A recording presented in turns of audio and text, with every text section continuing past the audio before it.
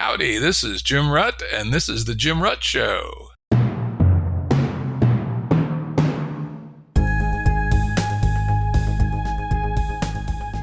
Listeners have asked us to provide pointers to some of the resources we talk about on the show. We now have links to books and articles referenced in recent podcasts that are available on our website. We also offer full transcripts. Go to jimruttshow.com. That's jimruttshow.com. Today's guest is Simon DeDeo. He is an associate professor in social and decision sciences at Carnegie Mellon University, that is, an external professor at the Santa Fe Institute. Simon's a returning guest. He was actually on episode number 1, The Evolution of Consciousness, and it is a very interesting episode. So you want to hear more about Simon, check that one out.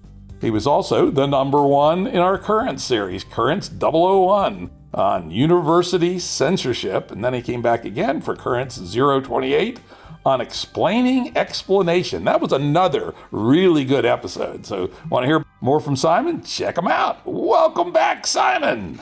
Thanks, Jim. It's very good to be back. Well, I love talking to Simon, whether it's on the air or off the air or over lunch or what have you. Always have some great conversations. But today we're actually going to talk about something that's at least fairly close to his professional interests. Let me read this right off his website. At the Laboratory for Social Minds, we undertake empirical investigations and build mathematical theories of both historical and contemporary phenomena. We range from the centuries-long timescales of cultural evolution to the second-by-second emergence of social hierarchy in the non-human animals, from the editors of Wikipedia to the French Revolution to gas stations in Indiana. We create synthetic, deep-time accounts of major transitions in political order with the goal of predicting and understanding our species' future. Is that what you do? Just about, Jim. Yeah. Yeah, pretty cool. So anyway, it turns out he just wasn't making this shit up. But anyway, because he actually knows about some of this stuff. Unlike me, who's just sort of a general purpose intellectual flaneur who looks into all the picture windows and, grabs one here and grabs one there. Turned out it was last May, I think it was, Simon came over and we were chatting and I was ranting and pontificating about, hey, Civil War, well, motherfucker, right? And Simon was going, so I said, all right, let's put our money's where our mouth is. So I proposed a wager. After we went back and forth, of course. So this is what we're going to talk about today is this wager and where we think we are on it. So the wager was, Jim says there's a 20% probability that within 10 years, and I went back and looked at the date, it was May 28th, 2023, so that's May 28th, 2033, at least 350,000 Americans will die due to civil war and civil disturbance. And because I said 20%, the way we cast it as a bet is at 5x odds. So if Simon wins, i.e. 350,000 don't die, he gets $100. On the other hand, if I win, i.e. 350,000 or more die, I get $500. So that was the wager. And yeah, to be clear, I'm on the no death, no civil war side on this one, Jim. So, and I think this is an easy bet. It's maybe not an easy bet to convince people of. I'm not saving up too hard to make the downside on this one. Oh, what's that can back there behind you? Isn't that where you put your extra pennies so you can pay off when you lose? In the background here, what I got in the background, I have a photograph of JFK announcing the moon landing. So that's the other side. We're all American optimists out here at CMU. So. Well, here's how I got to, and I was actually doing a little Googling while Simon and I were sparring a little bit, which is when I think about things like this, I try to be somewhat qualitative first. If you fall into the numbers first, it's easy to make some mistakes. So I said, what kind of inflection do I think might have a 20% chance of happening in the next 10 years?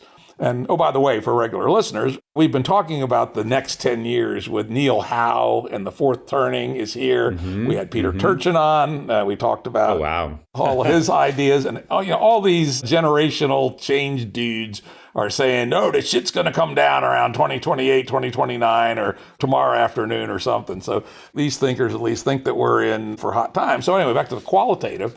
I Googled two numbers. What was the population of France in 1789? Turned out it was 29 million. And how many people were thought to have died in the French Revolution?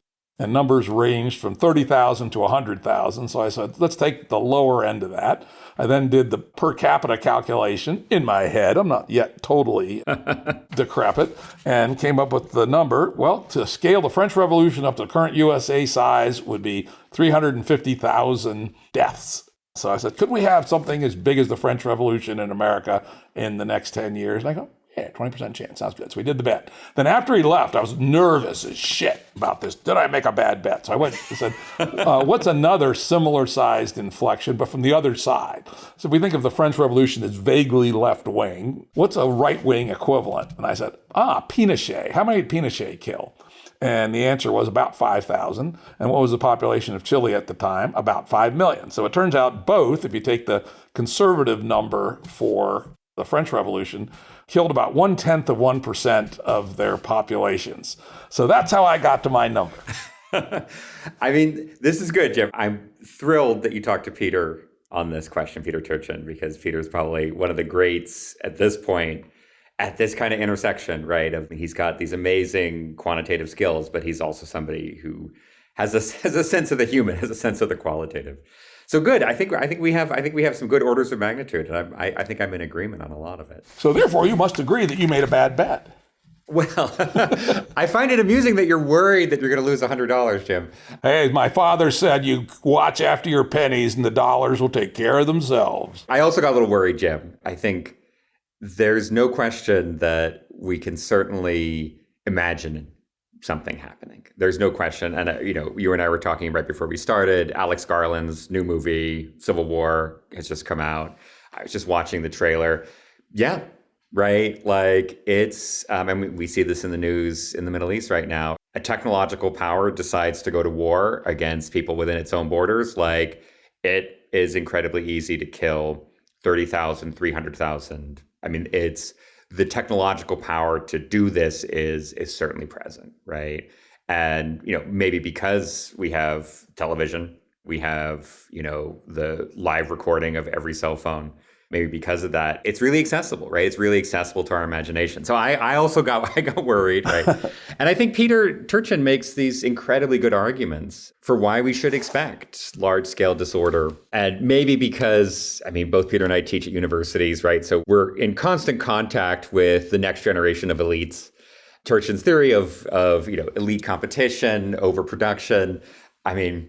You can see it, right? You can see the psychological effects of some of the large-scale demographic institutional changes that are happening. So I think so I also got worried. Fortunately, I have a colleague here, one of our few political scientists at CMU, Jonathan Service, and he brought Sam Wang around. So I don't know if you know Sam. I do not. Sam is great. So Sam is a Princeton neuroscientist.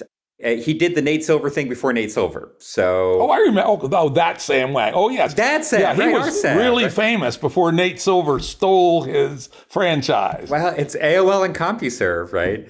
It's funny. What I remember about Sam, he's got a very elegant way to do some of the probabilistic calculations for the Kerry election, the John Kerry election. So we sat down. I said, look, you guys have to help me. I'm talking to Jim, right?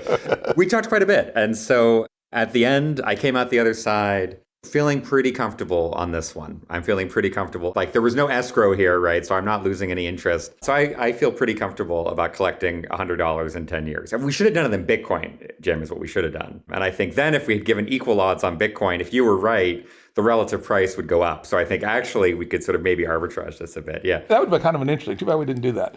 So tell us what Sam and you cooked up when you were pondering this question.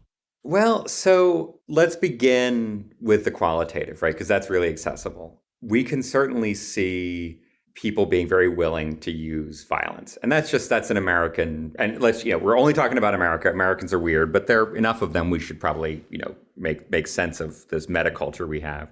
We're a pretty violent country, right? Interpersonal violence, the threat of interpersonal violence is just a constant experience for anybody, right? Given who I am, given my age, I'm a guy, I'm white, right? I'm like the least subject to this of all, right? And I ride my bike to work every morning. And, sometimes I'm going to throw my bike through someone's windshield, and sometimes I'm going to end up crushed on someone's windshield, right? I mean, that happens in London, but only by accident, right? In America, this is, part of our negotiation culture, right? And particularly places that have a significant part of Southern culture in them, the so-called honor culture, right? We have honor culture. I mean, maybe Cambridge, Massachusetts, it doesn't, right?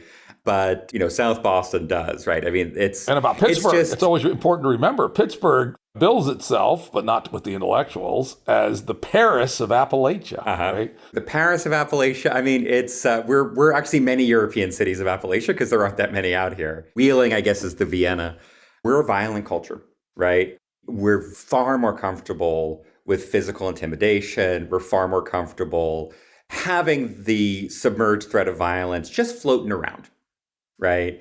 And even if it's not an omnipresent part of your daily life, I think most Americans have some sense, can handle those kinds of situations pretty well. Like, trying to think of a good example, maybe I shouldn't give too many personal examples, but there's something odd about us. There's something unique. In one sense, we are the weirdest country, Western, industrialized, educated, rich, democratic.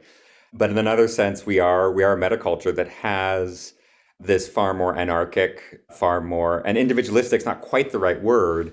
When push comes to shove for us, right? There's something in our water, right? Steven Pinker obviously has written a great deal about this. I teach the civilizing process in my undergraduate course. And it's like, why is Canada so different, right? The Mounties got to Vancouver before the people did, right? Gun ownership in Colorado, like through the roof. Colorado, in one sense, one of the most liberal states, culturally, in some ways, more liberal than, fancy parts of London. So, Islington versus Boulder, I'm not sure. The threat of violence is just something that Americans understand really deeply. And we see this with college students, not here at CMU, but certainly we see this at the elite universities. And I'm sure Peter has some good thoughts about why some of the people who are poised to enter the American elite, Ivy League university students, are also quite happy to rough it up with the local police. And that's, again, we saw that in '68 when the students occupied the university buildings there. So, there is that, right? And that ability to use violence is pervasive. It's in the elites, remarkably enough. Like, we don't have the dueling culture of Germany, 19th century Germany, but we do have, our elites are pretty open with their willingness to resort to violence. And then, of course, we have it in the wider public. So when I taught for a while at Indiana University, one of the jewels of the Midwest. I want to say, more Nobel Prizes than, many European countries. And, within a 2-mile radius of my house, we had great coffee. We had the Lilly Library, one of the most remarkable public libraries or public university libraries in the country. But if you went 10 miles out from my house, you entered a very different world. And in fact, one that was even more comfortable with violence than, I would say, New York City. And negotiations about getting your house fixed in Indiana were negotiations that involved quite a bit more of honor culture. And honor culture, in the end, always backed up by physical force. This is not Kantian rationality, right? We are, in the end, our honor is backed up by the ability to control somebody else's body by force, right? And so conversations about, my roof is not fixed, fix my roof, go down a very different path than they might with a landlord in New York, right? So the entire country, top to bottom, we're really comfortable with that. Like, that's one thing. It's one of the intuitions, right? And I think, watching the trailers for Civil War, the moments they excerpt, half of these moments are moments of technological destruction that we're familiar with from the high-tech wars that are happening right now elsewhere. And the other half are these little vignettes of, conversations that are backed up by physical violence, right? The tension and the drama there comes from the fact that we know that, basically any American might lose it at any point. So I think there's a real strong sense, right, that, we are a violent country, and we are also, okay, what's the movement from violence to political violence? And I think that's the transition we're talking about, right? The French Revolution was an outbreak of political violence. Pinochet, an outbreak of political violence. And what I like, Jim, I really like this. You're like, I ran the numbers, right? You know, 1/10 of the country will die in political violence. Like that sort of seems to be the alpha, right? That comes out of it. What would actually get Americans organized enough to kill 350,000 people? And 350,000 is a lot, right? That's a lot of people. You know, if you look in the history of war, I mean, first of all, humans are very hard to kill. One way to realize suicide statistics, most suicides are unsuccessful. I always complain. I'm one of these people that bitches watching movies about unrealism, right? And someone gets stabbed once in the gut and they're dead 20 seconds later. No, not going to happen. Most people stabbed in the gut live for days and can even actually fight for quite a while. So, or punching someone and they're knocked out. All bullshit. Humans are quite a bit tougher than they show us on TV and in the movies. Yeah, you can reduce someone's life expectancy, but that distribution is exactly. It's not as it's portrayed. I mean, the most horrifying versions of this are, during the Nazi regime in Europe and the Holocaust, right? Turns out it's actually really hard to kill people. And they actually had to build factories to do it at scale, which is like the most demented thing in the history of humanity. It's what puts Nazism, I mean, I hate to say things that are unique, but to have industrialized the mass murder of people by the millions and to literally built factories, called in industrialists to design them. If that's not the most depraved thing in human history, I don't know what is. Well, this is a separate question. I mean, as I age through the biological time span, my questions get more and more basic. And, one question I remember asking an old friend of mine who's a Kantian, a scholar of Kant. I said, Nick, this is such a dumb question, but these guys listened to Beethoven and they did this. I don't get, how is this possible, right? And this is, of course, this is the most obvious dumb question that you're meant to contemplate in high school. And actually that's an interesting way in. And so I asked, this is Nick Stangs, professor at University of Toronto, philosopher. Also, maybe a Heidegger scholar. I make fun of Nick a lot. How could you read the question concerning technology and then be surprised when the black books come out? I mean, give me a break, right? What Nick said about this, I mean, this is just off the cuff. This is not his scholarly passion, but he said they saw themselves like the Roman Empire. They said, yeah, we're doing really awful things. It's really hard to shoot a town of 100 people. That's actually, it turns out to be a really difficult task. And we're doing really awful things. And in 1,000 years, everybody will have forgotten and forgiven us. And of course, this is what we do to the Romans. I want to go back to Rome. Rome's amazing. It's great. But crucifixion was one of the sickest things that was ever invented, right? I mean, crucifixion, how do you die in crucifixion? You suffocate. After a day or two, often, right, if they do it right. They didn't do a good job on JC. He only lasted 3 hours, but a professionally done crucifixion by an expert back in the home country, 2 or 3 days you're hanging there. I mean, deeply sick behavior, right? But, you take, let's say, and again, the Nazis being the most extreme version of this, right? They had a view, they had a vision, they had an ideology. And so, this is, I think, where my optimism comes back, right? And I think, my main argument to you, Jim, about why you're going to lose this bet, right? Americans are fundamentally, I say Americans, I haven't really thought about the rest of the world. The rest of the world's a very diverse place. Fukuyama was wrong on this one, right? But, at least what we know about American political behavior, we know about how Americans reason, right? We're extraordinarily high-dimensional people. And I'll tell you why I think this matters. So, first of all, what do I mean by high-dimensional? I'm not Jewish. I went to college with many of my friends were, and there's an old joke where my friend said, 2 Jews, 3 views, right? And I think this is an American universal. We are not a culture that organizes along a line. We're not a culture that organizes along a particular axis, not an ethnic axis. And if you look in the sort of history here, not an ethnic axis, not a class axis, not an ideological axis. And we have pretty good evidence for this.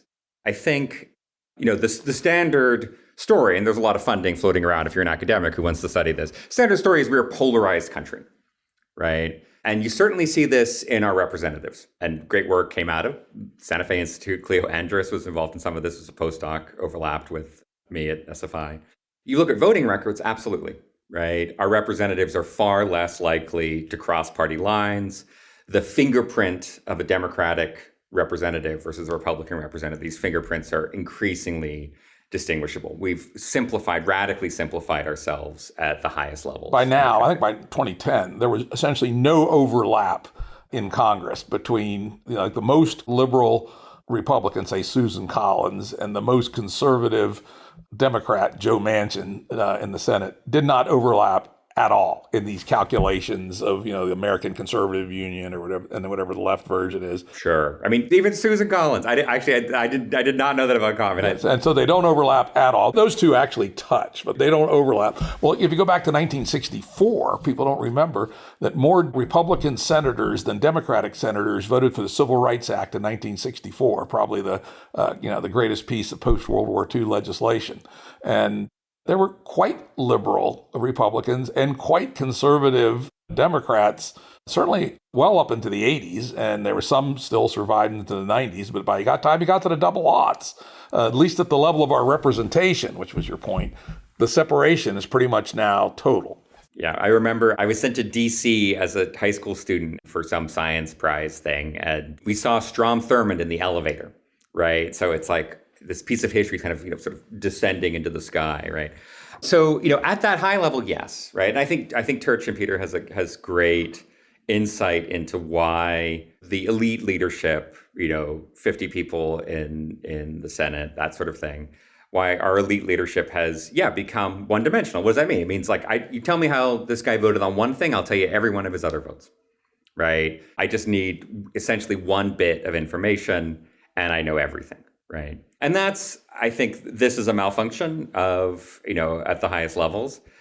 Practically the way we've gotten around this is the administrative state, right? So as we swing back and forth, what has affectionately been called the deep state provides the nuance and the inertia that actually makes, things run day to day. At the elite level, yes, absolutely. And of course, this is what we're exposed to, on CNN, for example, right? We watch the news, you read the New York Times. So at that level, we are a very one-dimensional world. And, I'll give you 3 dimensions, 2 dimensions, right? Maybe there's some abortion axis here. Maybe we'll see some, libertarian spirit in the Republicans. Maybe we'll see some kind of old-time conservatism in the Democrats. Who knows, right? Maybe a second axis will open up. When you're living in a low-dimensional world, in a social system like ours, you're on a landscape. You're sitting at a peak. You're walking into a valley, right? And this characteristic phenomenon in low-dimensional systems is that you get trapped. And what I mean by that is, let's say you're trying to find the lowest ground, right? You walk downhill until you reach a valley. You walk down the valley till you reach where it puddles, right? And you're done. And you're trapped in this little valley. The system that you're a part of is organized around a certain notion of stability, right? Everyone's sitting there. You're in a basin, right? And basin of attraction. I don't know. I mean, this is the insights we got from dynamical systems, the insights we got from complex systems, right? Tell us that, you end up in a rugged landscape. And this is something that shows up over and over again, right? We find a configuration that works, and every direction we go, it makes it worse. So we just sit where we are. We talk about the French Revolution. Roughly speaking, this is the Ancien Regime, right? It's not great, but where are you going to go? Right? We don't like these guys. They're kind of drunks. Some of them are even perverts. But it's not like we don't see any incremental improvement in the system. Or at least it's worth the cost, right? The cost to get out, exactly. To get out of the basin, big cost to get out of the basin, right? Right. And I mean, the ideological entrepreneurs are always saying, look, we could get out of this basin. If we killed a bunch of guys, we could walk out of this basin, whatever whoever the guys you need to kill are, we can walk out of this basin, right? We're stuck here. This is the way society is looking. And every decade, someone's got a new pamphlet, right? These pamphlets go nowhere, right? Until there's some external stressor, right? Money, in the case of the French, right? They're running out of, they overspent on us, Jim, right? They ran out of money. And, some bad decisions made by the king. Don't bring the lawyers and the college professors and the writers into Paris and have them discuss. It's a terrible idea. And the landscape can change, and it can change very suddenly. And all of a sudden, what was a stable basin, right, is no longer stable. Some hill disappears, gets flattened, and everything flows, and it flows very rapidly. As I often describe this in some of the work I do on our Game B projects, is the basins have ridges, but you can carve channels through the ridges, and they may start just a slight little dimple on the ridge. Then it gets a little bigger, and some rain goes down the other side until next thing you know, it's all the way down where it captures a river, and the river starts to flow, erodes the thing like crazy, game over. This is a good metaphor, right? I don't know how vivid this is, right? I feel like, we talk about it on the Jim Rutt show a fair bit, so this is not alien. Good, Jim, language. good. I was like, I don't know, is this Joe Rogan enough? Should we make it dumb, right? But no, this is it, right? So that's how it works in a low dimensional system, right? And, from 1789, right, when, most of even the intellectuals are sitting there being like, it would be nice to have a constitutional monarchy. Like the British across the river, they're doing pretty good. That seems like a wise idea, right? 4 years later, it's the Reign of Terror.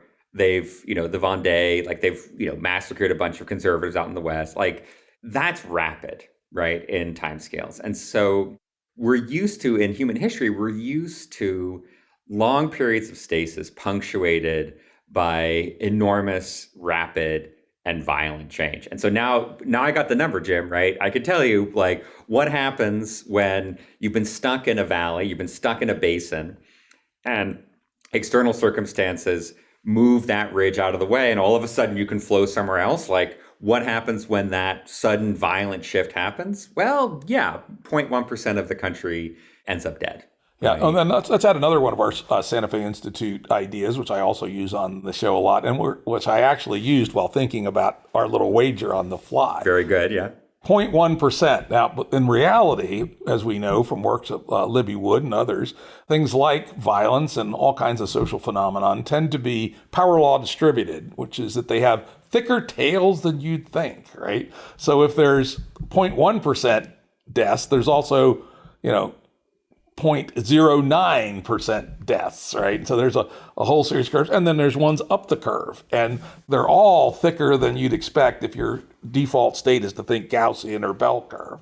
And so, there are all kinds of scenarios that could kill less than 350, but there's also a lot of scenarios that could kill more than 350 and a lot more. The things tend to get pretty steep pretty quickly. You get up to the 1%. It's probably not that much less likely than the 0.1%. We look to human history, what kinds of fluctuations just in the 20th century have killed more than 1%. Most of the communist revolutions killed more than 1%. In fact, on average, a communist revolution killed 10%, which is an amazing thing to think about. The Nazis certainly killed more than 1%, even of just the Germans and such. So a 1% fluctuation, which is 10x what we're talking about here, is certainly not a black swan. It's at best a gray swan. And so I figure that's part of my portfolio of bets. It's not just 0.1, it's 0.1 and greater. That's funny. Talking to Sam Wang about this, he's like, it sounds like you guys are doing the Drake equation for mass death, right?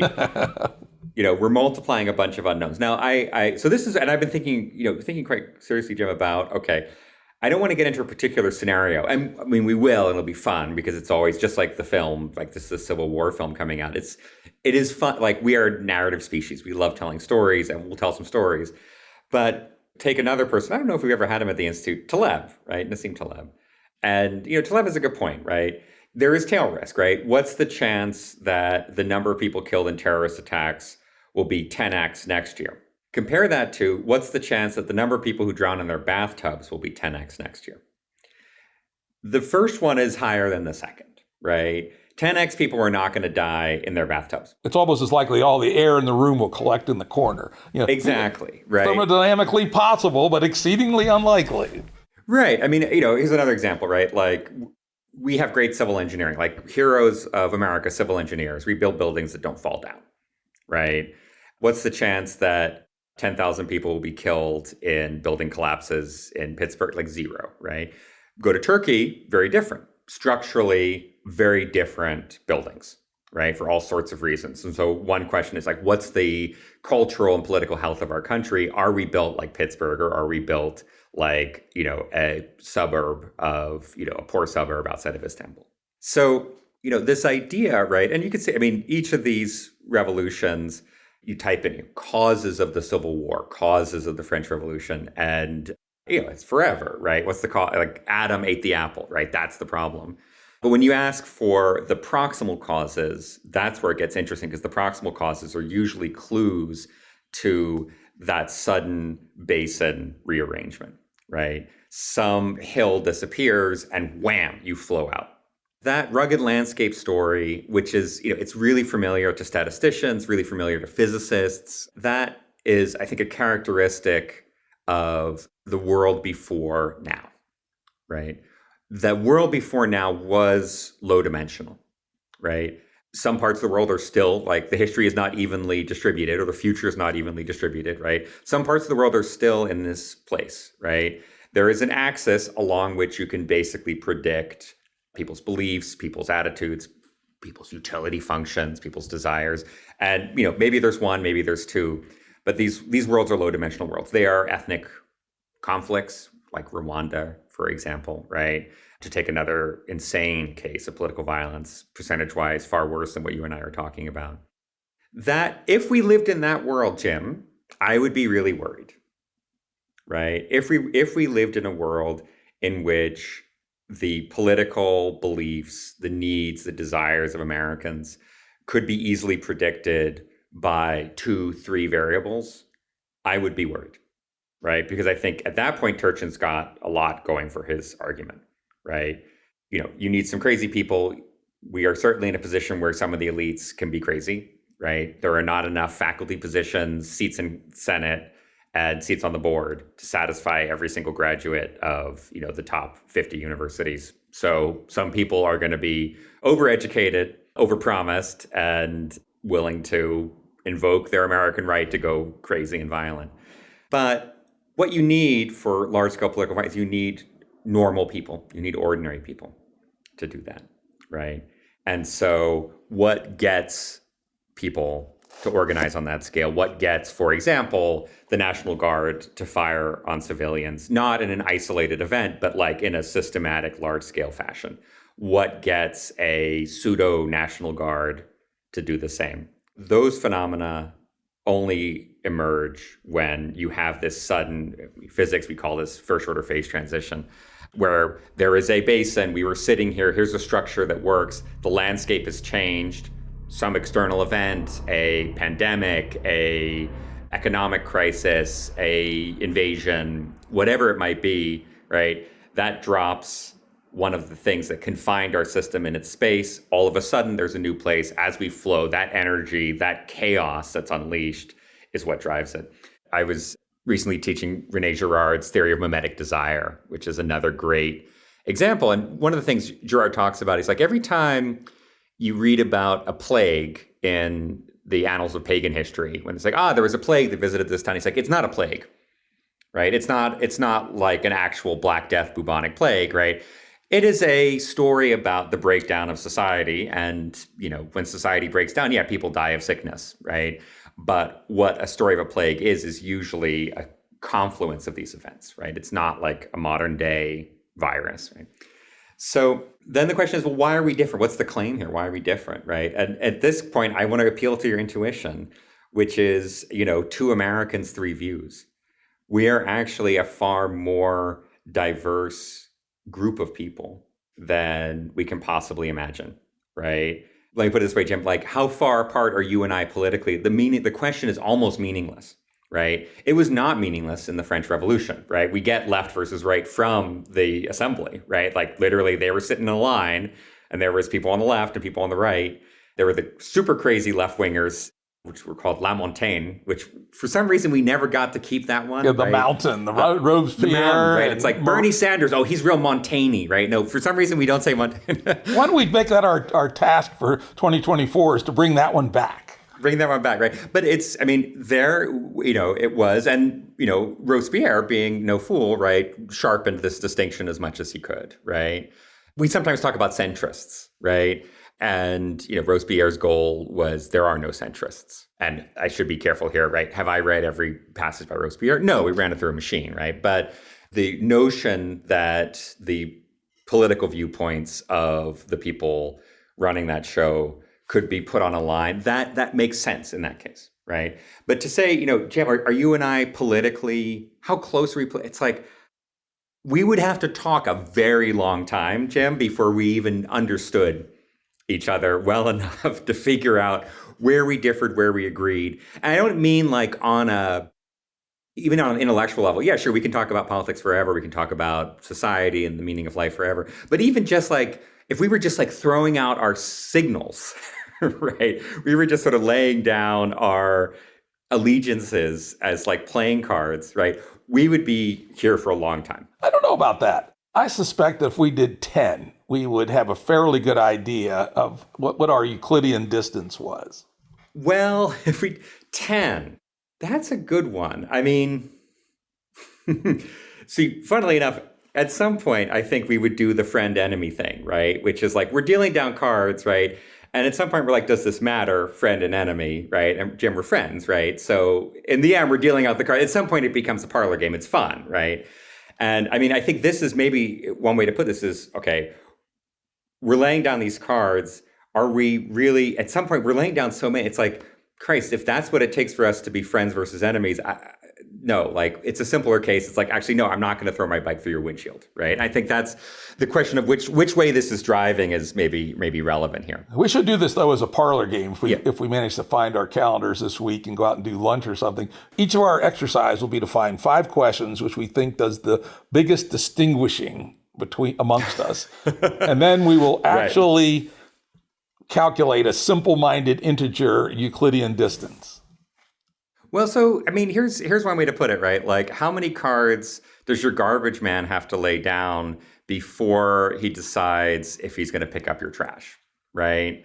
Like, 0, right?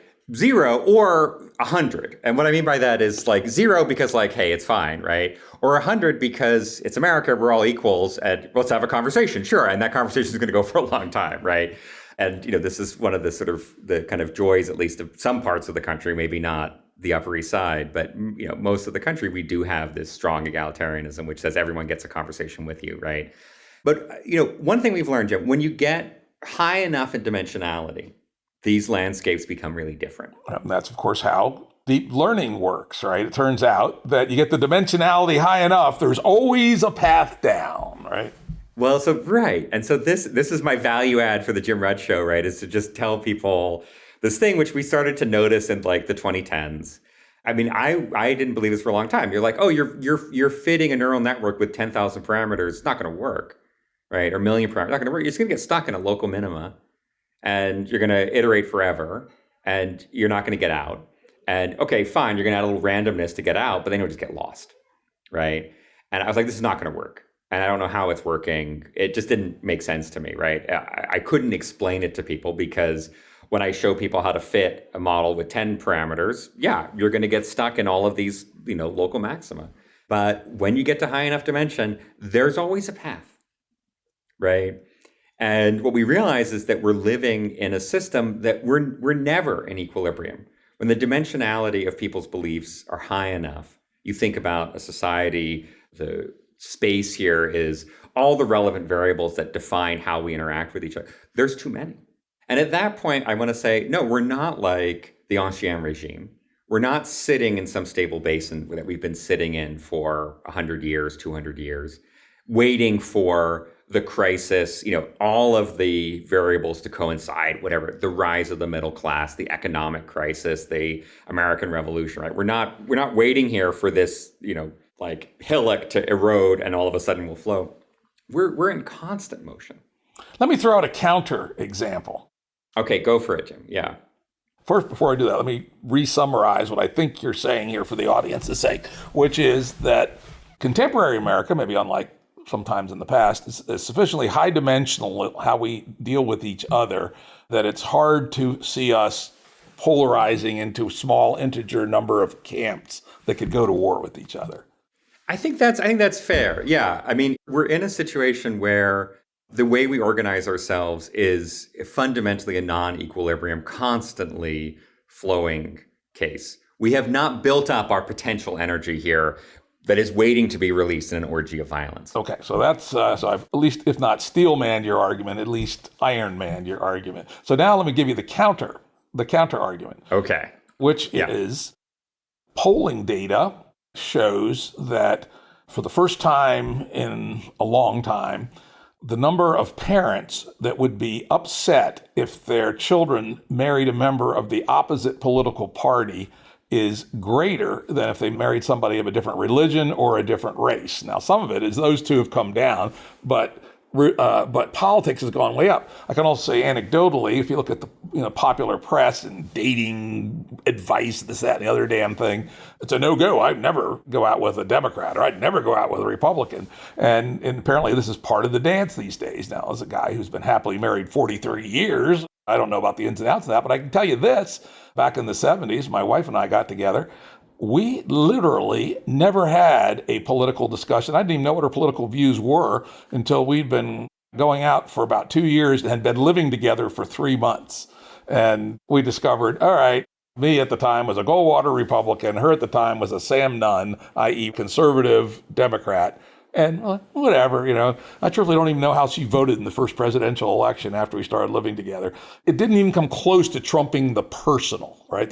All the other dimensions of our interrelationship were vastly more powerful than the fairly banal dimension of politics. But that's not what it seems like today. And what's really pretty ironic about that is at that time, I would argue the stakes were way higher. It was basically communism versus freedom, right? This is real stakes, right? As a Goldwater Republican, goddamn Democrats going to sell us down the river to the commies. And extremism in the defense of liberty is no vice, Jim, right? Yes. And moderation in the defense of liberty is no virtue. I actually play the Kennedy, I think it was the Kennedy ad, the famous Daisy ad to my students. It was LBJ, yeah. LBJ, thank you, sorry. The most unhinged, actually, if you look at the data, American political speeches, there's this spike in the Goldwater election. And I'm like, okay, gang, does anyone know what this is? And like, no one knows, right? My department chair was in the room and she's like, Simon, I wasn't around for that one either. Don't. And I was like, well, what? This is Goldwater. Who's Goldwater? And I play on the Daisy ad, right? It was goddamn commies versus freedom, right? Big stakes. Today, it's trans bathrooms in North Carolina, or what do we think about, the family feud amongst the Semites in the Middle East? On the scale of things, relatively modest. These are not world historical questions today. And yet, the salience, the social salience, is gigantic, right? If I don't even know what my wife's politics are for 2 years, right? That shows you how salient, politics was for us as young adults in the 70s versus today. Well, I'm not going to date somebody that's of that other party, right? It's just a very different world. So I think that soft data, and it's back polling, anecdotal, et cetera, would seem to indicate maybe you're wrong. Maybe that something is going on, that something is, and it may be social media, it may be the rise of alternative media. Something is going on that is producing stronger, and Church and others talk about tribalization going on around stupid-ass red-blue politics at the present time. And others talk about it's polarized, it's been since 1861. And for you kids out there with bad educations, which is a lot of you, 1861 was the start of the U.S. Civil War. I think you're proving my point on this one, Jim. And let me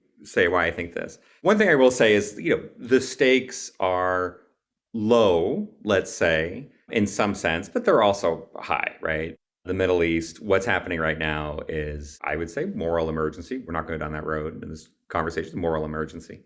But you are also right that these events are not directly affecting Americans, right? They're affecting Americans emotionally. They're affecting Americans psychologically. But this is not like Vietnam, where if you fail out of school, you're going to be on a 19-hour flight to Southeast Asia, right? This is a very different situation for Americans to be in, right, than we've had previously. And so the stakes, the practical stakes are very low. And I would say even in ordinary life, like you have a trans person in your life, you have a gay friend, whatever, like it's fine, right? Like it's, it doesn't actually affect an individual, even when they're encountering these culture war battles, right? Friends of mine who are parents encounter them a little bit more. And, this is partly, the way we negotiate child rearing, always, an intense topic that we have. And it seems more intense right now. The amount of white knuckle parenting right now seems to be out of fucking control. Right? We don't have the data on it. One thing I would say, this goes all the way back to the beginning of the conversation, right? Narratives are really tricky, right? Because, and I tell this, my students do, my undergraduates do empirical research for our undergraduate class. And they always come in and they tell me what they're going to find. And they're like, we're going to find that. It's not that interesting. And I'm like, well, first of all, look, man, just check it out. You might be wrong, right? You might be wrong, right? And they're like, no, I'm sure. I'm like, welcome to science. This is science. It's going to be really fun, right? Even if you're sure it's true, right, go check it out and pretend you weren't so sure and now you've discovered something. But actually, by and large, every time you actually try to test your empirical intuitions about society, certainly things flip. My one example I had is I had students many years ago did a project to study who holds doors open for who on college campuses. Just sit somewhere, just take the data, right? And they said, and I was like, absolutely right. Their assumption was men were going to hold doors for women, right? And they go take the data, and so the answer is actually no. Men hold doors for men, and once you learn this, it makes total sense. You're like, of course, right? I can explain that just as I could explain the other way, right? I can explain that. Just so story. Just so story. It's like a lot of male bonding. If you actually watch, and now because I was here's the rut just so story. The male-female door thing is now politically and philosophically fraught, so nobody does it. But a dude holding the door for another dude is male bonding. I certainly agree with you on the male bonding, right? And I told a story. It's like, look, this is a sort of highly heterosexual culture. Men don't have, compared to Europe, for example, we don't have like ways to show affection to friends. Like, men don't have ways to show affection to other men without there being some kind of weirdness about it. But like door holding, yes, I can do this, right? And then the flip side is like men holding door for me. It's a little cringe, bro. Like you can understand you can explain it the other way. But of course, the result completely flips, right? Jonathan Haidt's book came out about the role of social media. I think we have to be really careful about these because these stories make a lot of sense. But I think we need to take a step back a little bit because they make a little too much sense, maybe is one way to put it. We just had data, for example, a Norwegian study about social media and depression gave Jonathan Haidt results. Without throwing shade on this group, I will say, you look at the p-values on this data and all these p-values are right up against 0.05, right? Again, no shade on this group, right? Because I haven't looked into it. But, in many cases, we're often looking for things, naughty social scientists will look for effects they expect to find and try the variables until they get it. So I'll put that to one side. One way to think about what's happening with this phenomenon you're describing, like people don't want to date somebody of the opposite political orientation, right? That sort of thing. First of all, I would say, I want to see that data, right? I want to see exactly what's going on. Yes, maybe on Tinder, right? I don't know if you specify your politics on Tinder, but it's presumably pretty easy to show them. Maybe on Tinder, right? Maybe a 17-year-old. But, when I was 17, one way to kill your chances of getting a date is to be really into Billy Joel. That's a real buzzkill. And so one way to say this is the stakes are actually low for Americans. And what we're seeing is politics is becoming peacock feathers, right? This is a signaling system. It's a way for people to self-assort, but without any underlying meaning to it, right? Without any actual reality to that feather display. So what you're saying is that even though we are fighting about lots of things and it's ferocious, it's for display purposes and signaling to basically produce sigmogenesis, to use a fancy word. But at the end of the day, we aren't willing to kill anybody about it. We're not willing to kill anybody about trans bathrooms. We're not willing to kill anybody about what tribe in the Middle East is slaughtering who this week. They've been doing it for 3,000 years. Fuck all that shit, right? If it actually push comes to shove. And so that the stakes on these things, while we are ferocious about it and performative about it, aren't high enough for us to actually go to war about. I want to go even beyond that and say it's not just that the stakes aren't high enough, no one is going to go to war over Billy Joel. It's also that, the greatness of human cognitive diversity is that we will keep inventing more signals. And sexual signaling is a great example, right? The ways that humans do this, the way that humans go about doing this, even within Pittsburgh, right? They're not one-dimensional signaling systems, right? They're extraordinarily high-dimensional. The way in which people show themselves politically, socially, there are a huge number of axes that you're lying on. We see this. You can take a look at, conspiracy theory groups, take a look at, the extreme right, which we've done some work on. You get a bunch of extreme right guys in the same room, and instantaneously they start fighting with each other. It's the same thing you see on the left, like it's the old Life of Brian parody, right? Yeah, the famous circular firing squad on the left, right? And that was... Turns out this is the instinct everywhere, right? It turns out the right is just as good at this, right? Yeah. And, when we say right versus left, okay, are we saying we're one-dimensional? No, right? These are one projection down, right? Take a classic case like Adam Tate, this manosphere guy, you would traditionally associate with a kind of hardcore libertarian, atheistic, misogynistic worldview. Andrew Tate is now like a Muslim. I don't even know what's going on, right? He's now signed up for a nut, right? And why? Because, well, one thing, these people's psychologies are very strange, right? But when that signaling system gets squeezed, right, people pop out in another direction. I imagine with him, when I heard about that, I said, it's all got to be because of the righteousness of oppressing women, right? That's much more tolerated today in the Islamic world than it would be in the West. If we go to the abstract case, right, this is a very high dimensional landscape, and Tate has flowed, down a rivulet, right? We didn't notice, right? Yeah. Interesting. There's one of the interesting things about peacock feathers. My friend Brett Weinstein uses this in his example. One of the things about peacock feathers is they're optional. And during tough times, peacock males do not produce the big feathers. And so you actually have a built-in reserve that most animals don't have, because you don't need to actually do that performativity when there's a horrible drought and there's no bugs to eat, right? So I suppose to take the DeDeo formulation of peacock feathers as performative politics, if the aliens showed up from Alpha Centauri, we could drop all that shit and just get to work beating the aliens, right? I think we'd molt pretty quick. Yeah, I think that's a nice way to put it. We have truly democratized, right? We've democratized not just our material world, imperfectly, let's say, but we've democratized our cognitive world. And so there is just more diversity than anybody could handle. The first thing a large-scale political movement needs to do is enforce ideological conformity. And you see that Soviet system, you see the Nazi system. That conformity is required to make the system run. And we can't enforce it anymore. Well, they're trying with cancel culture on the woke left, right? That's the closest thing to conformity that I can think of currently. It's not succeeding too much, but, I don't interact with the Ivy elite system so much, right? Most college professors, none of us see, we have our complaints, right? We don't like grade inflation. We got issues, right? Don't like student reviews. Student reviews, maybe. It's such a niche subject.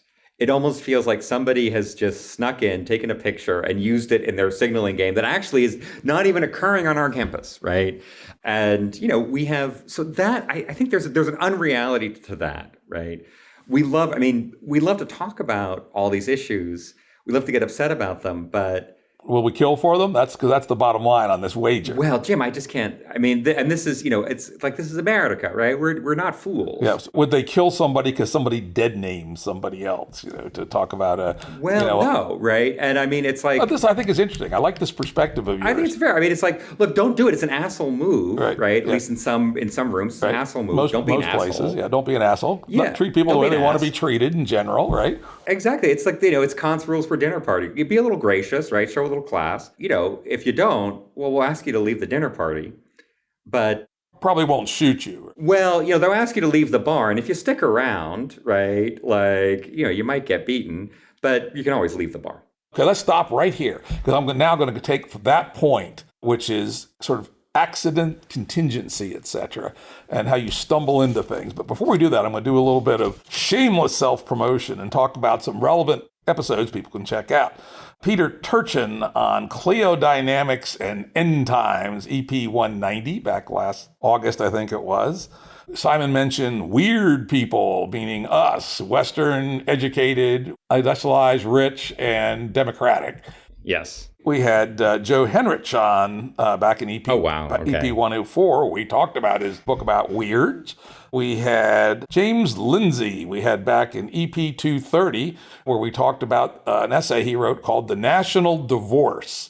which was the Civil War. But he was, surprisingly for Lindsay, he was taking the anti-divorce side, saying it would be a horrific mistake for America to go down that road. But he did acknowledge that the chance was not zero, but he strongly argued that if it started to happen, it would end up in a horrible mess and lots of people would die. So those episodes seem relevant. So now let's move from high dimensionality, peacock's feathers, this shit ain't worth fighting about, certainly not worth killing. It might be worth fighting about, but it's not worth killing about, to another line of argument, which of course, all I have to do is win on one of these, right? So right. I could, I have many lottery tickets. I bought 1,000 lottery tickets here. And in fact, on this side of the line, God knows how many lottery tickets. And that is, a lot of things don't necessarily happen for the big causes. At least the trigger isn't that.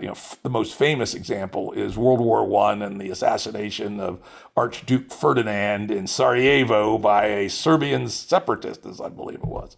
One goddamn thing led to another. Next thing you know, 10 million people were dead and world history had been changed in probably the most solid way in centuries. The biggest inflection in human history for centuries was caused by one guy getting lucky with one shot. One shot. I think the bomb didn't do it. Yeah.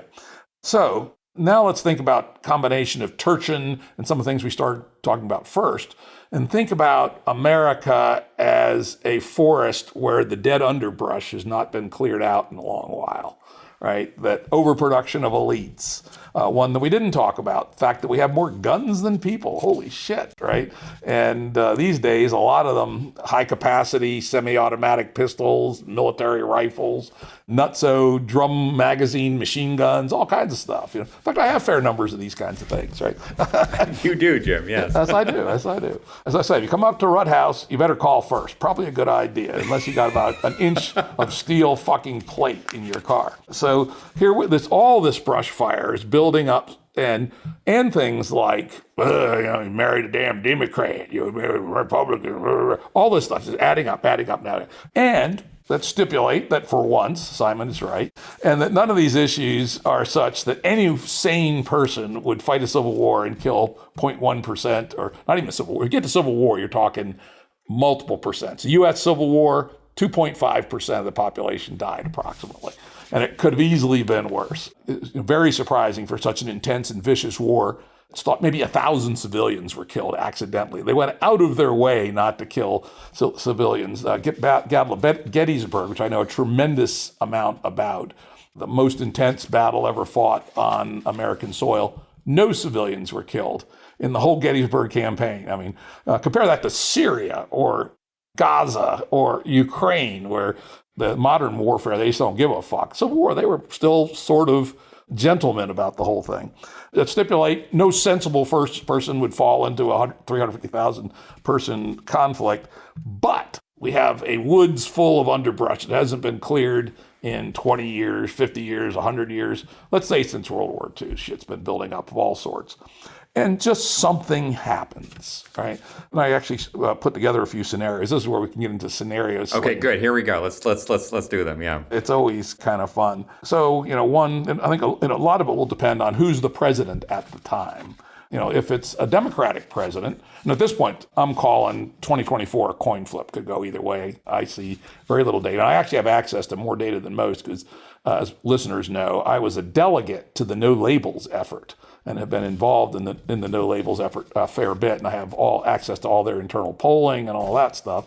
And without us in the race, it looks like a fucking coin flip. Do you have money in the prediction markets? I guess not, if it's 50-50 for you. No, it's probably some kind of fancy straddle I could do, but I can't. If it's 50, it's hard to do. But no, so I don't have any money in it. Got to tell you, always like to tell war stories. The only time I ever made any significant money on an election bet was when John McCain, who was running way behind Obama, appointed Sarah Palin as his vice president. He shot up to just above 50%, like it was 51%. And I called a friend of mine in England and told him to put 25 grand down for me on Obama. I said, this is a fucking overlay. Palin's a fucking idiot. This is going to explode. No way McCain's going to win. And sure enough, at almost exactly even money, because it was right at that point, I said, a bet on McCain at even money, that's an overlay, that's a winner, and I won, and he wired me the money, and all was good. So anyway, so let's think of some scenarios that sort of accidentally ignites enough of this brush to produce a 0.1% death rate over a year or something.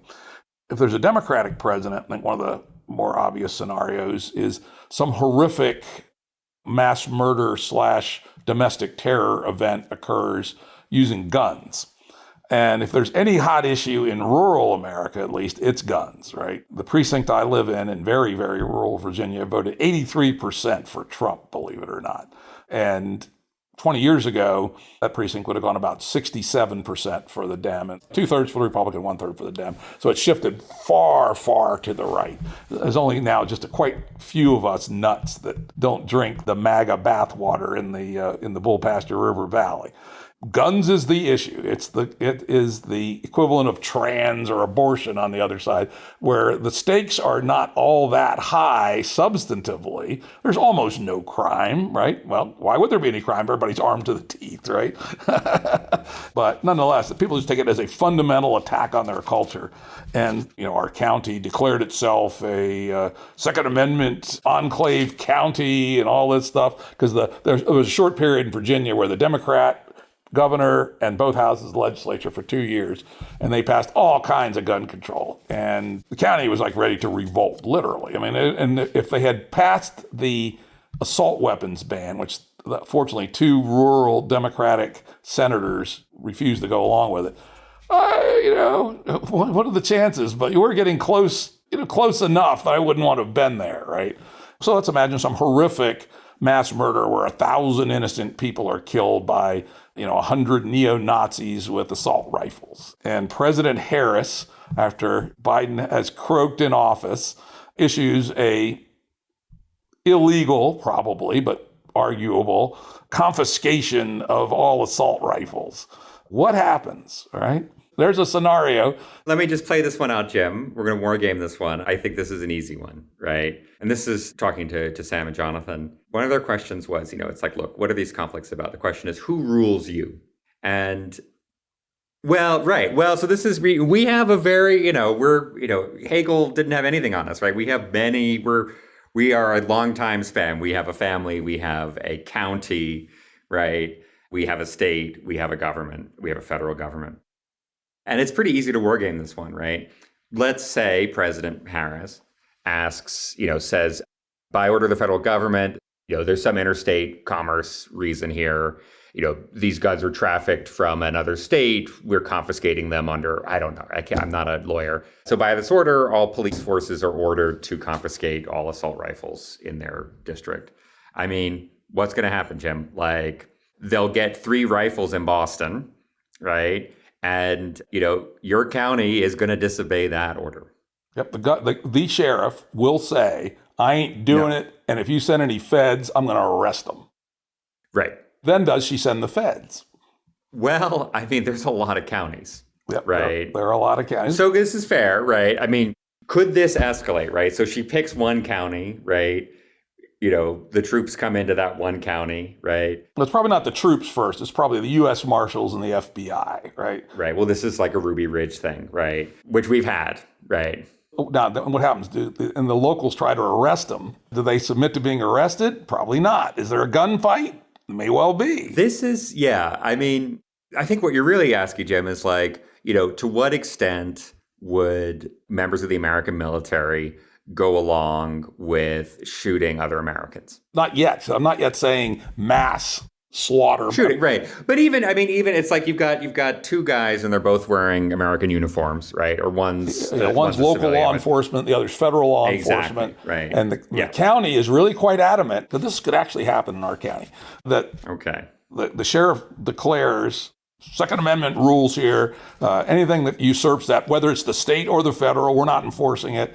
Anyone comes in here, tries to enforce it, we're going to arrest them. I'm going to be the contrastor briefly, Jim, right? What you've done is you've described a situation in which the dimensionality of your county has now collapsed. On this issue, yes. On this issue, and this becomes the overriding issue, right? Well, not the overriding issue, but this is to my point.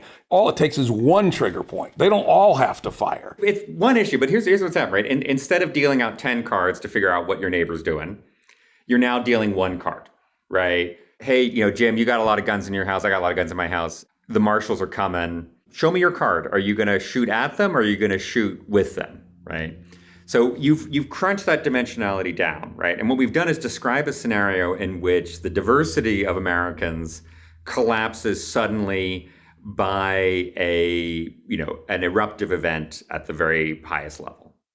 Some massive stochastic terrorism occurred, right, which caused a reaction by the government, which was overreach, probably illegal, but arguable enough to at least begin to enforce it, because it's going to take the courts a few months to rule against you. Right. And let's say she just picks one county to make an example of. And at this point, you're rolling dice, right? How hardcore is that sheriff? How incensed is the posse he rounds up? I'd say in our county, he easily rounds up a few hundred people to go with him and man the borders of the county, right? I mean, I think we're telling the story, right? First of all, great movie premise. Absolutely, right? 100% great movie premise. I could even see it, right? Because you got the bridge, the bridge to West Virginia. I've driven over, right? You could just imagine the standoff here. Reminds me a little bit of, what we saw in the 60s in school integration. We've set up the scenario where we have somehow potentially collapsed the viewpoint down to this single axis. And also, I'll say the other thing, Jim, you've done, which is in the story, right, is you've accelerated this time scale. So this is 48 hours, 24 hours. It's not 6 months, right? For the first spark. This is a woods full of tinder, and all it takes is a spark. We're not saying it's the U.S. Civil War. It's like a small spark, which then spreads. Like this is October 7th, right? Something crazy happens, hundreds of people, right? So, is it plausible? Let's grant all that. So we're already there. People are standing each other, facing each other, right? What happens next? And I want to argue that they will not shoot. Neither side will shoot. And I'd say that that's the way to bet, but the probability isn't zero. The probability is never zero, right? It's not even below 10% or maybe not below 20% because it's so dependent on the individuals. Well, so this is where it does become interesting, Jim, right? So, and I again, just doing, trying to give value add to the Jim Rudd Show, right? What do we know about political extremism, political violence, right? What we know is most people don't, right? So even when you look at groups, when you look at kind of extremist groups, 99% of the people are complete dilettantes. Or they're there to get laid or something, right? Yeah. Well, exactly. They're bored, right? Mostly, to be honest. Like life is, it's modern abundance. Life is kind of boring, right? Until you have kids, like you got a lot of free time. So then you're at the 1%. Now, in that 1% of hardcore folks, I would say, and this now I'm making up the numbers, but let's say 99% of the 1% are actually grifters, right? Then you've got your, 0.1% remaining, right? So this is a hardcore group. This is the group that shot up the Tree of Life Synagogue, for example, in Pittsburgh. The Weathermen's a good example from the 60s. Well, right? yeah. People forget there was a bombing every day for like 3 years in the late 60s and early 70s. These suckers they weren't grifters. I mean, they were doing this at great expense to themselves, mostly upper middle class kids, often from good colleges. They actually believed this stuff. Well, there are, so, I think at this point, the Tree of Life case, for example, this was an uneducated person, right? It's a demented dude with, just weird ass Well, ideas. so, and I think this is important, right? Like this is a mental illness. Now we're at the state, okay, who, which of these people is under the grip of a psychotic delusion, an intense personality disorder, like antisocial personality disorder, these are, very off the norm, right? So let's figure the baseline approximately 1% of Americans are schizophrenic. 1% of Americans are sociopaths, right, which are worth knowing. And there's very little correlation between the two, fortunately. So you have to put those in the mix as well. And I would say, and by the way, for schizophrenia, Jim, and I should speak up on this, it's of that fraction who is not getting treatment. These are manageable diseases, right? I don't think schizophrenia is really relevant here. Sociopathy is probably more relevant. Well, there's something here, there's something that's off, right? And so these are the people who conduct, at least, in our experience in the United States, these are the people who conduct lone wolf terrorism. But this is not this. Let me work my scenario here to show you why this is it's good. Okay, totally great, different. So this is a perfectly mentally normal sheriff. And they're not going to do it. That sheriff is not going to do it. But he's got 170 guys from the populace that are all riled up. Not going to do it. And they've been riling each other up. And they are close to a hair trigger. Yeah, I can imagine a little property destruction. This is really important, right? The reason I bring up what we know about the lone wolf types, right? That's what it takes to actually kill somebody for ideological reasons, right? And in this case, I just don't see it. I mean, with all due respect to the folks who pile up a bunch of assault rifles, Jim,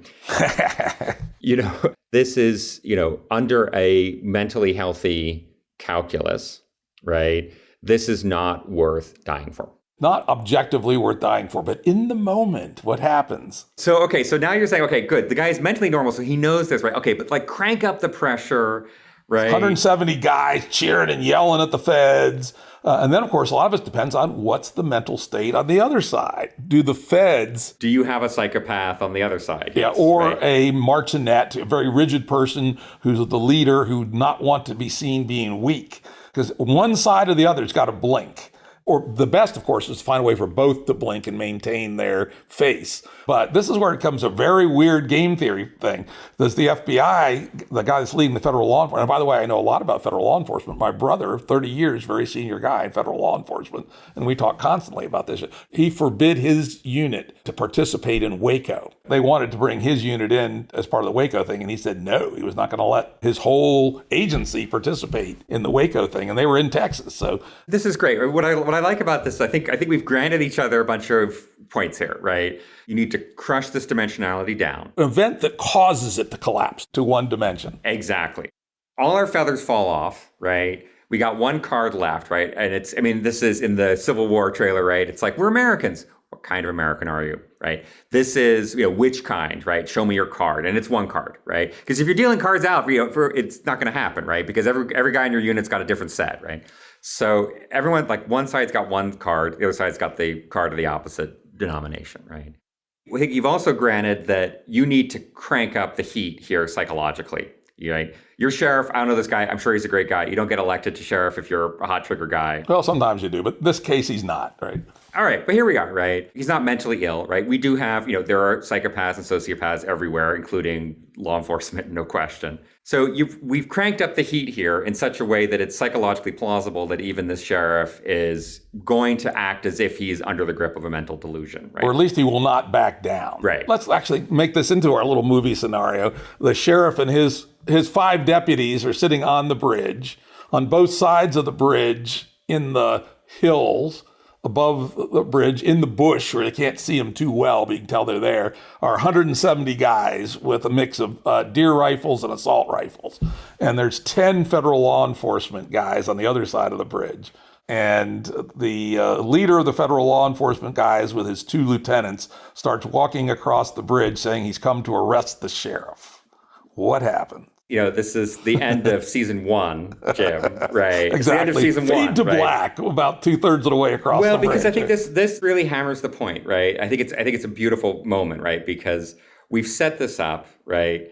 And I think there are 2 outs here, right? I mean, one is, yes, right? There is people die, right? That is one out. Right? Ruby Ridge, those situations, we had mentally ill people on one side. This case, we've set it up so that these are psychologically normal people. Probably not at Ruby Ridge. Those guys at Ruby Ridge, while hardcore ideologues, were not mentally ill. We've set this scenario up so that everybody ahead of time is mentally normal. You and I are not talking about a rogue, some kind of rogue agent, right? These are mentally normal people. We're not depending on psychological abnormality for the forces to do their thing. Exactly, right?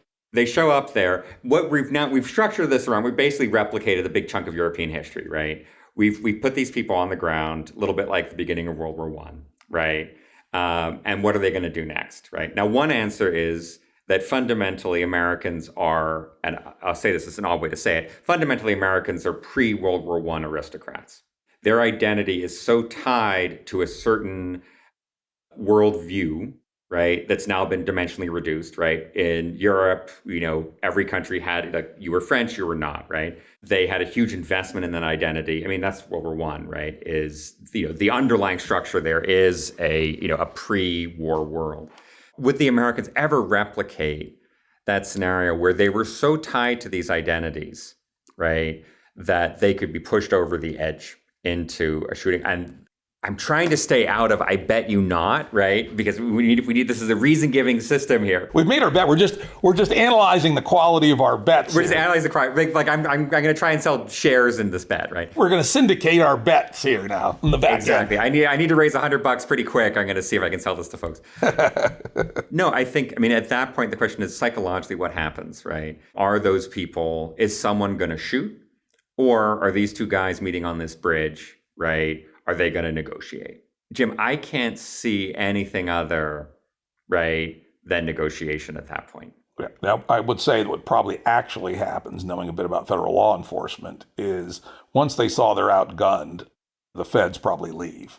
I mean, whatever, it's like, you know what? Like, oh, phone call, there's something, we'll be back in 3 months. Or we're outgunned here. If you want to go forward with this, you better call in the army, right? Something like that. Okay, so now we just did a mini scenario. Could go wrong based on the personalities of the people. Here's the real world for you. The sheriff is rock solid. He's not going to let anything happen, right?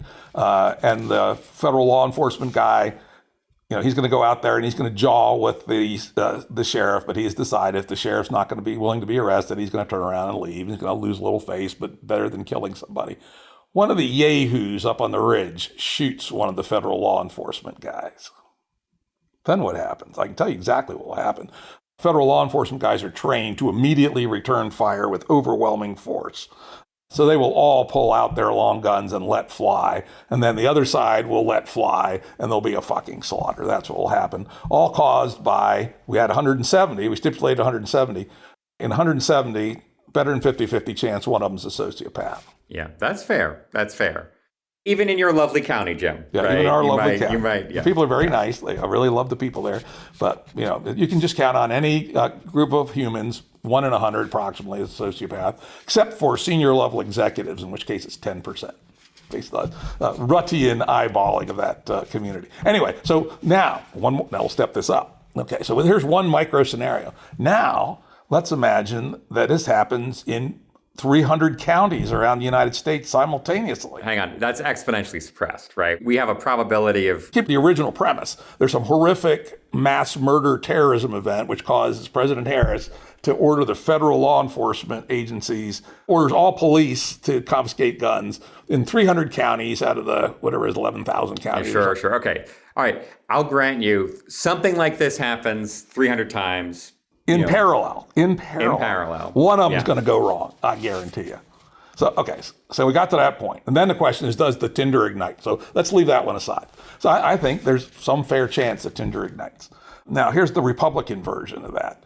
Some president who's been painted orange for God knows what reason. President Trump, yes. President Trump, to name a name, the king asshole, the father of lies, gets elected and turns out not actually to be a grifter after all. This, of course, I think he's a fucking grifter myself. A cross between a grifter and a narcissist. But the narcissist might be enough for him to do this. And he actually does do what he says he's going to do, which is on day one, I'm going to order the largest law enforcement action in American history to round up every illegal alien in the United States and forcibly deport them. Suppose he actually tries to do that. Of course, he can't actually do it. But let's say he does of course, typical limp dick, small hands Trump version. He does a miniature version of it and declares it to being the whole thing. So let's say he sends out 10,000 federal law enforcement people to arrest 500 illegal aliens. In the same city or different places? Yeah, I think for logistical reasons, he does it in the same city. Let's say it's LA, right, with lots of... I was going to say, take LA, great. Yeah, lots of illegal aliens, et cetera, and lots of allies, right? Lots of people who highly sympathize with the illegal aliens and just good old-fashioned libertarian Americans who see a law enforcement maneuver of this sort with no legal basis whatsoever and are going to resist it on those terms. Now, this is not, I can't in my head quite draw the movie scene quite as vividly as the county stand, probably because I don't know LA that well, but one could see, some group of people resisting and other people coming to their aid. And, again, it's spinning up. And then the MAGA people form their own militias and come marching in from Orange County or whatever. This Netflix series I couldn't sell. This one isn't as good as the other one. I'll tell you, Jim, there's a couple things, right? One is, having lived in Santa Fe, New Mexico for a while, right? There's not a clear line between legal and illegal. And everybody's like, our lives are completely intermeshed, right? So this is not a question of they're rounding up some foreigners that we haven't seen before, right? This is, everybody in that community is one, at most 2 degrees away from somebody who would be picked up. Exactly. That's my point, is that this community is going to resist. They're not going to allow this to happen. So, at that point, if it's a totally external event, right? You're either in 2 situations. You're either at the same case we had before, where you have the local police saying no, right? In which case now you have a Okay, yeah, let's go down that road. Now we've just replicated, Virginia, except it's, urban warfare. And right? instead of 170 versus 20, it's 3,000 versus 10,000. Holy fuck. 3,000 versus 10,000. But in that case, Jeremy, this is the funny thing, right? Like people get shot in LA all the time, right? So you say an accidental shot goes off in Virginia, that ignites a war. LA, like the shot goes off. You don't know if it's just like some random gang warfare happening somewhere else, right? So I think the drama level here is lower, right? Well, keep in mind the way police are trained. If shot at, shoot back with overwhelming force. Right. Well, you hear a gunshot, right? That's a different scenario, right? Yeah, that's true. If you hear one, but so I think that seems less plausible because what you're describing in this case, right? This is more like rounding up the Jews, right? Yeah, it's almost exactly the same. Very similar. Yeah. In this case, it's very hard for me to see the American military going on. It's very hard for me to see either side going along with this one. I do believe the upstream probability of just people refusing to execute the order is higher here than it would be in the previous scenario. Yeah, and your family's law enforcement. So my uncles, one's gone from us, the other is retired now. They were cops. They were state troopers in Pennsylvania. My dad was a DC cop for 20 years. Jesus, Jim. All right, so there you go.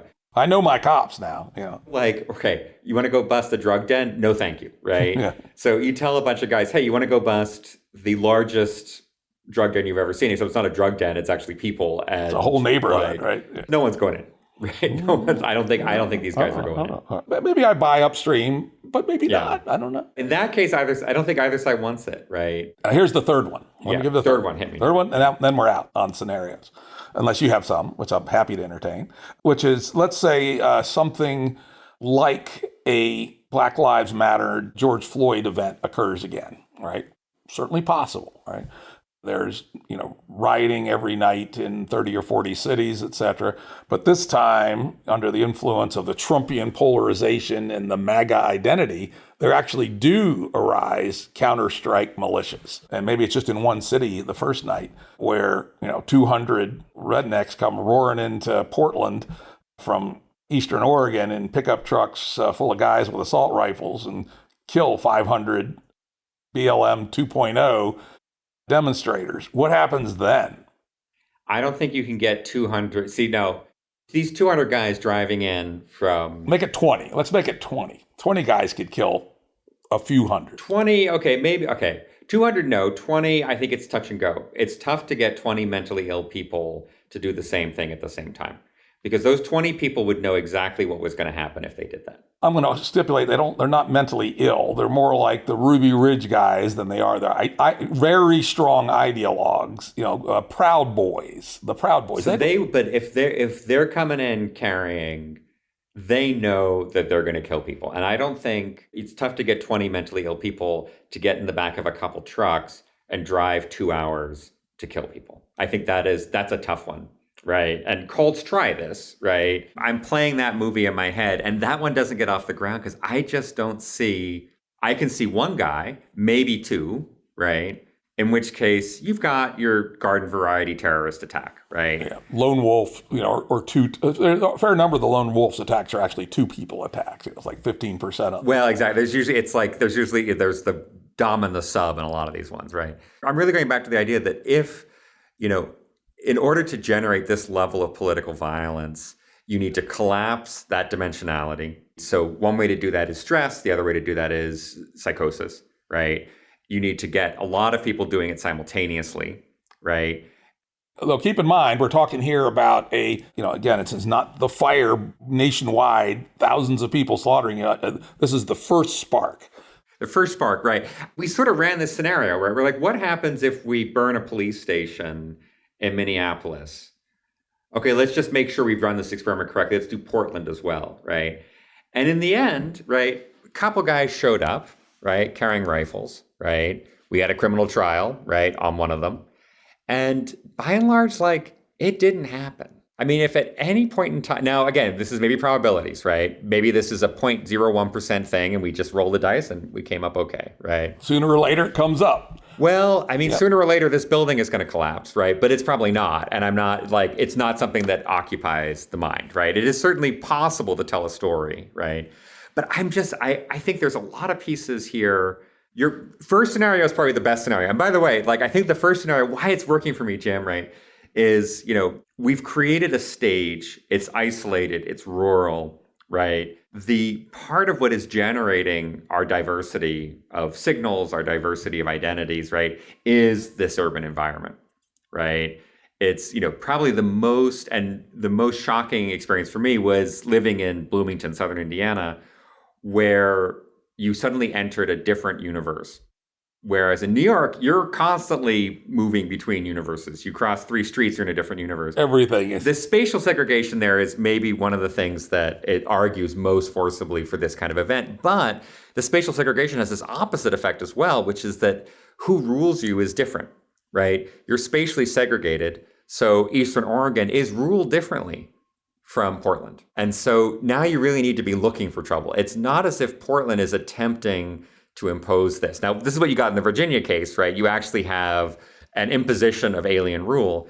Our system is so federalized, right? It's so federalized that it is very difficult to see how you would arrange it such that Portland, in the day-to-day life, actually ruled Eastern Oregon. I like that analysis, which is essentially in the Virginia scenario or the mountain scenario, nobody has to leave their home turf to find a fight. The fight comes to them. The fight is brought to them, yeah. Well, in this case, people have to be so activated that they are willing to invade somebody else's space, which is a bigger jump up in activation.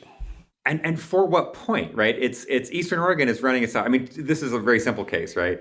The way we enforce license plate registration, let's just say it varies, Jim, right? Let's say if I park my car in New York City with expired tags, I'm going to get a ticket. I don't know if you've renewed your tags, out there. Well, I sometimes forget to get an inspection sticker. And there you go, right? And we, different parts of Western Pennsylvania, different levels of enforcement. We kind of rule ourselves the way we would like to be ruled. Some of the suburbs will enforce, right? Other parts of our fair city and state won't.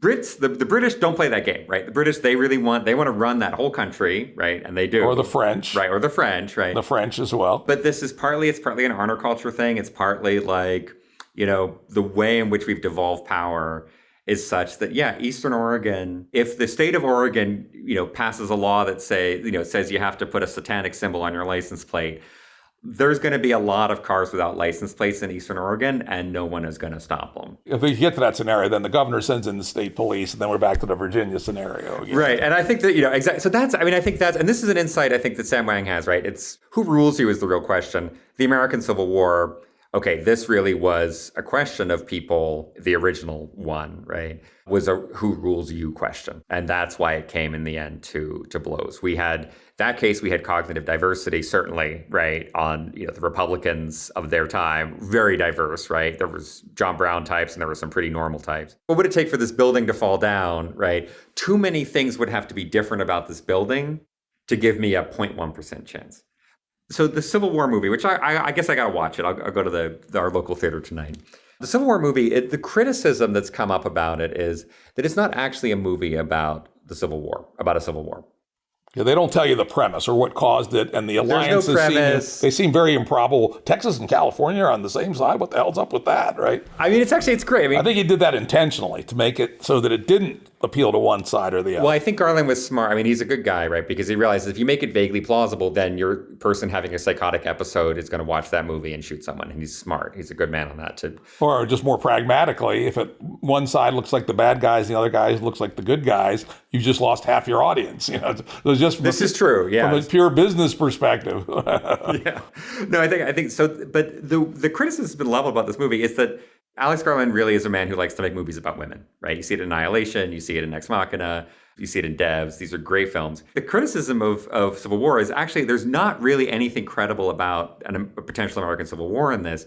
Really, this is a story about Kirsten Dunst learning to be a photojournalist. And it's a coming of age story. I don't know if Dunst plays it or whoever. It's actually a story about a young woman who's learning to be a photojournalist and taking pictures of war. This is just a framing device. This is a framing device. And so in a funny way, I think Garland's actually not satirized, but he's basically told us what this is actually about, right? Which is you and I here, lovely conversation, are telling stories about America, learning about ourselves, you and I learning about each other more, Jim, right?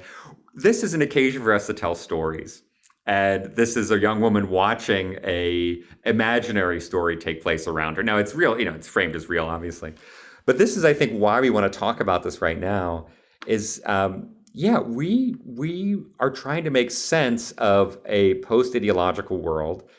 Fukuyama said it was going to be post-ideological world because there was no alternative. We just go to sort of liberalism, democracy, markets, Oops, wrong about that one.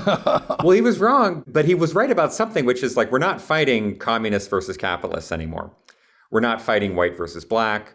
We're not fighting North versus South. We don't really know what we're doing. It's a strange moment. We thought we would all stop fighting because we agreed. We've stopped fighting and we don't agree. And what the hell's going on?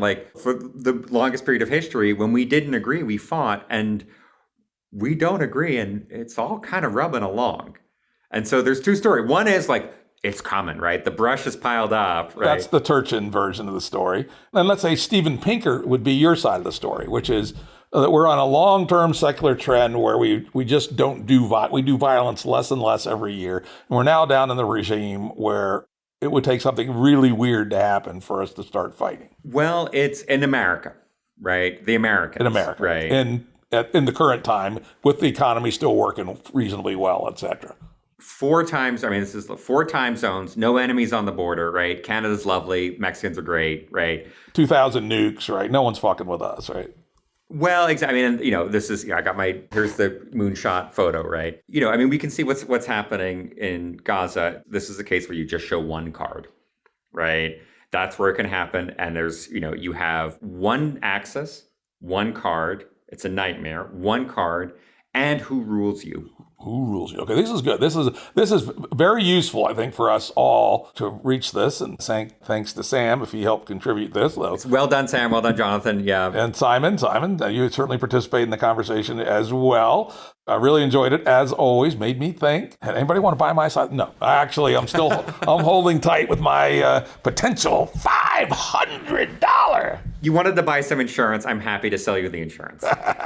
I think I'm standing pat. One last thing, a little more shameless self-promotion. Simon mentioned the famous attack on the Minneapolis Police Department. In Currents 007, John Robb, a regular commentator on the Jim Rutt Show, who's a fairly well-known strategist and military analyst and anti-terrorism guy, we dissect that event at great length. I don't know how long it was, 45 minutes probably. We actually go through the whole thing in great detail based on a report by one of the perpetrators who actually wrote it up in great detail. So check out Currents 005 if you want to have a blow-by-blow, minute-by-minute description of what happened on the assault on the Minneapolis police station. Jim, thank you again. I'll have to look that one up. That actually, I'd be very curious to learn his analysis of that scenario. All right, very good. Audio production and editing by Andrew Blevins Productions. Music by Tom Muller at modernspacemusic.com.